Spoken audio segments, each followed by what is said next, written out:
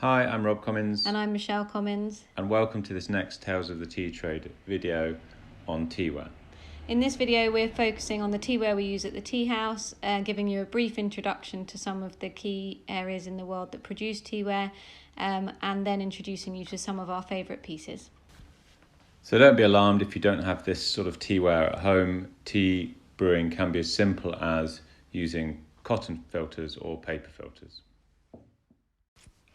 So let's get started, and we're going to start with the gaiwan, or the lidded bowl. So this is invented in the Ming Dynasty and consists of the bowl, the lid and the saucer. So it can be used for most types of tea. So as you can see here, we have got Keeman, so black tea, Longjing, green tea, Chinese green tea, Baozhong, which is a Taiwanese oolong, and Nilgiri white, so actually an Indian white tea. So the way it's used, the lid is basically used to strain the brewed tea out whilst keeping the leaf inside the bowl for further infusion.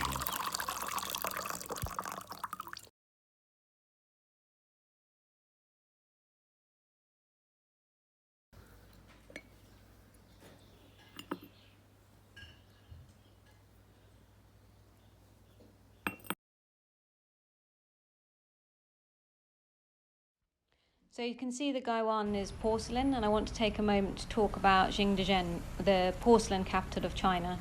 It's a place I visited a number of times, and when you look at its location in a remote and hilly region, it's quite hard to understand how it maybe gained its fame as the porcelain capital of China.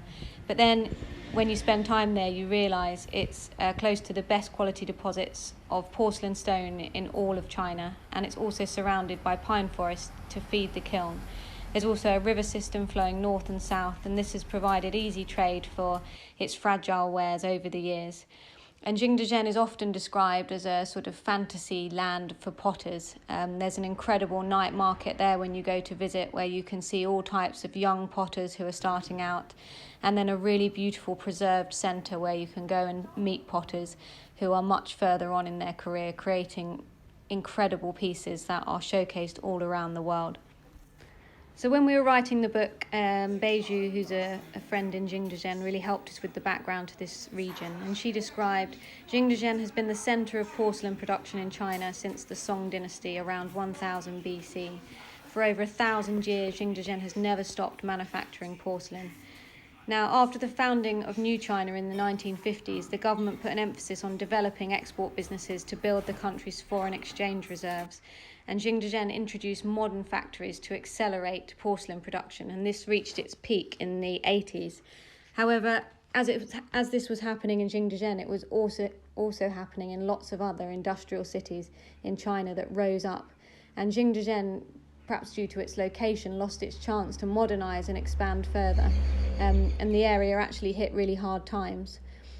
Now, in the 90s, Beiju explained how Taiwanese tea was introduced to mainland China through Fujian, and Taiwanese oolongs started to really enrich the Chinese market. Tea started to take on a new importance, and the way to best appreciate its value became more essential, involving methods of brewing, tasting and sensing the tea. And of course, when you experience tea made in all of this beautiful teaware, you'll understand how integral the teaware is to the tea drinking experience. In the early 2000s, demand for tea continued to increase as Chinese people started to think, question and redefine what tea meant in their own culture. And many factories decided to change their production into the tea market. And Jingdezhen saw new opportunities to become alive again after the depression of modern industrialization. And that really is what you see today in Jingdezhen, a modern, vibrant city with some amazing artisans and craftsmanship producing beautiful, unique pieces. So one of the people that I met in the night market on my time in Jingdezhen was Zhang Yang Li from the Yunbai studio, and you can see some of their beautiful pieces here, which are really popular at the tea house. They use pottery clay or porcelain clay, or both in different proportions, using kind of that mix to reveal different characteristics after firing. and they do these beautiful artistic works on each piece. We have a much longer video about this studio that we're going to share with you, but for now you can just enjoy the kind of freshness and brightness and youth that these pieces bring. So moving on to our second piece of teaware, the Yixing teapot. So Yixing teapots are used in a Chinese process of making tea called gongfu cha.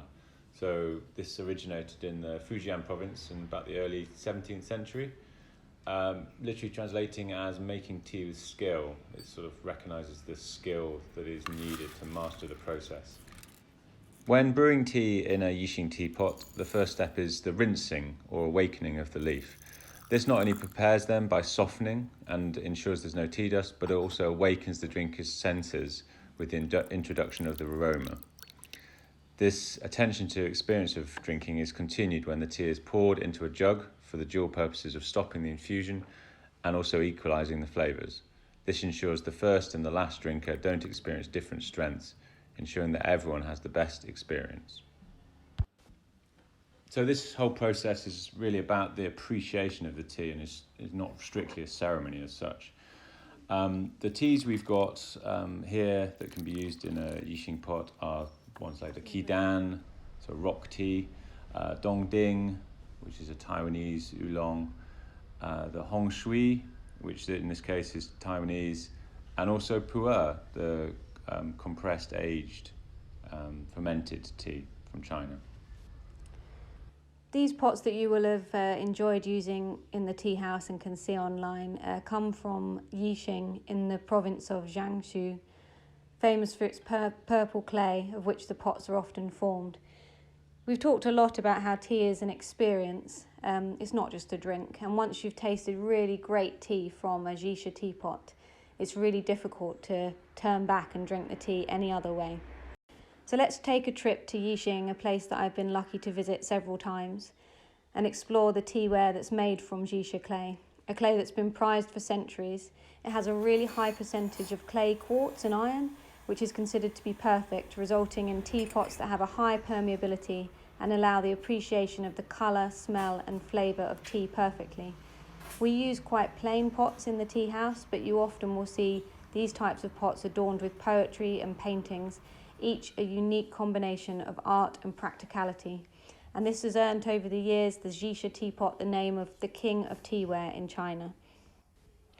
Jisha clay varies in colour, so you often see a colourful array of teapots when you go into the various shops and workshops in Yixing, and it's subdivided into lots of different types, each with their own quality. Jisha pots can vary in texture, and this is caused by the size of the particles that are used. So they're separated into different sizes using screens that resemble large sieves, and these sieves have varying mesh types. The mesh you choose will determine the particle size.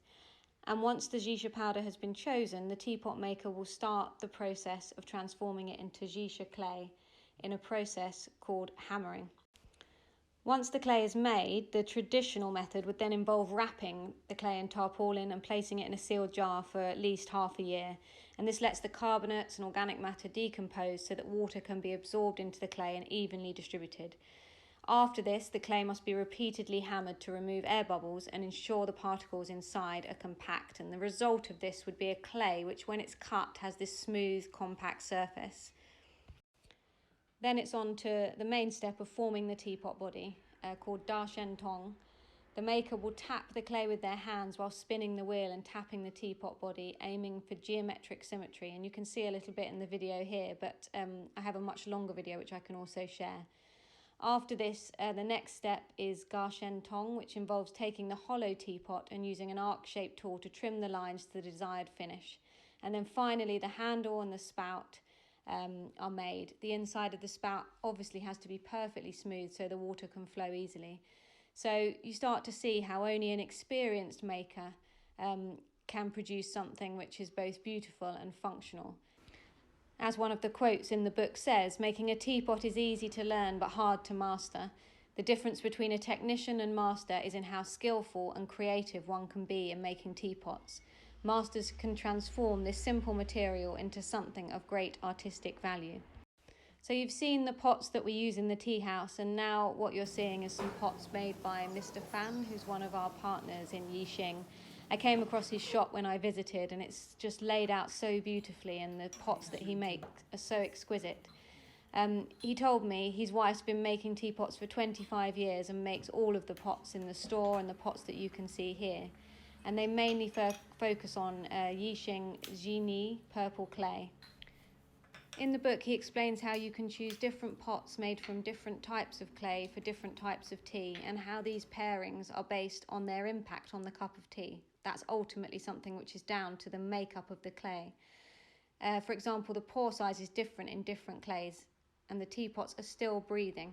Larger pores results in a different flow of air compared to pots made with denser clay, and these differences affect heat distribution, which impacts on the final cup of tea. So you can start to see how, like with anything in tea, you can become interested in these types of pots and spend a lifetime researching them.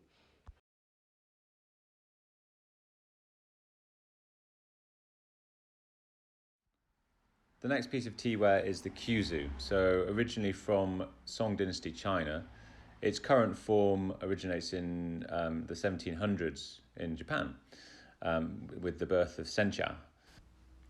So the term Qiuzu actually describes different sorts of pots.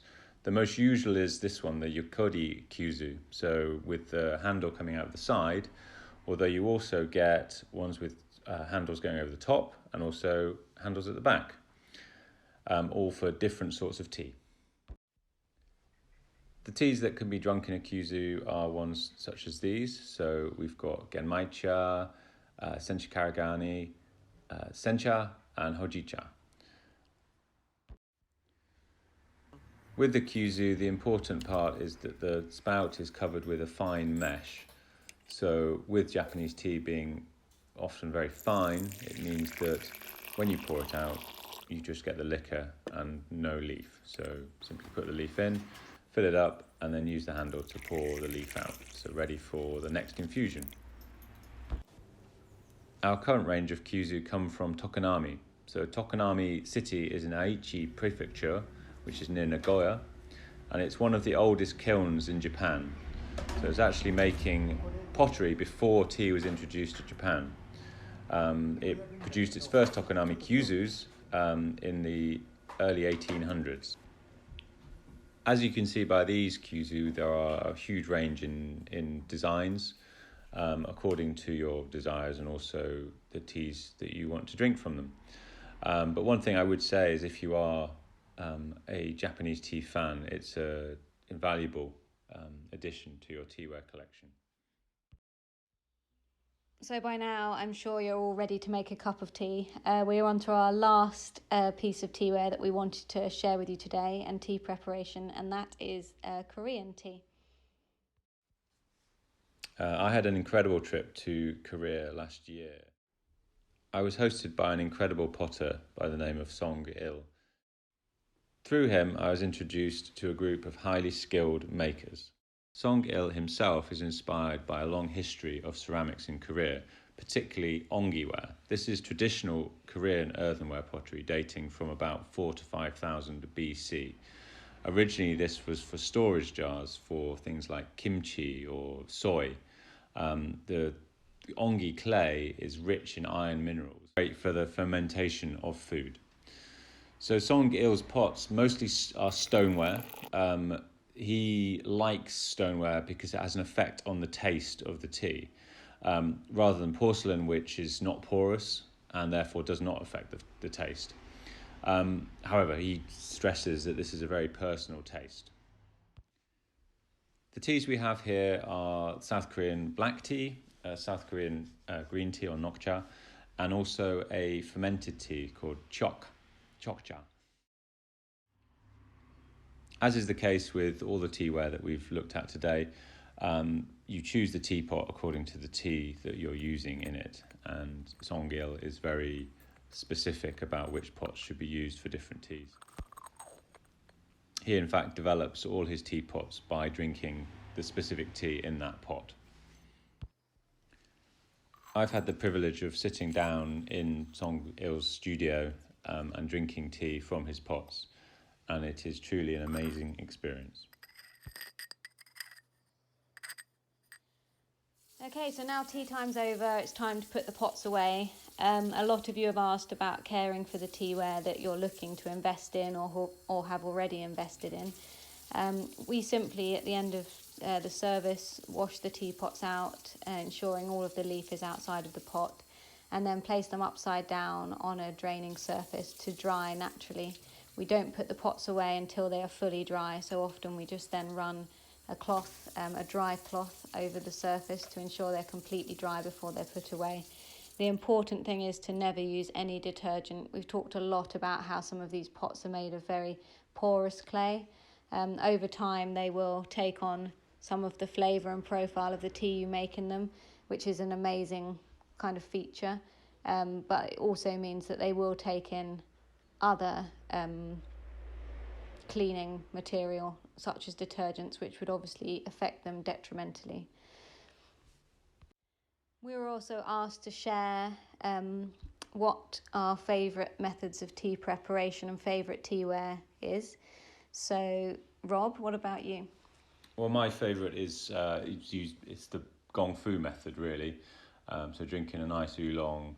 I find that just that method slows you down. You get a lot of variation out of the tea, and that can change each time when you drink. So I think for me, sitting down with probably a lovely Korean songgil pot and sipping a lovely high oxidized oolong. And for me, I'm going to pick two, which is kind of cheating, but the pouring gaiwan that I spoke about earlier from Yang Li, I love that piece of teaware because we had it made specially and it's really practical and it means I can drink tea on the go. But the piece I use probably the most is the kyuzu. I love Japanese green tea, and really, although we said at the beginning you can use the simple way of brewing tea, nothing compares to the Japanese green tea made in the kyuzu. So I love the flower patterns on some of them and the decorative features, and I just really always look forward to using them. So that kind of, again, coming back to what Rob says, makes you want to sit down, make a nice space and just kind of have your moment. So we've reached the end of our exploration of teaware. We hope you've enjoyed the sort of brief journey through the different types and the places we visited around the world. If you have any questions based on what we've shared today or on any of the teaware you have at home, then just drop us a line. So until next time, keep drinking great tea. Thanks for listening. Bye.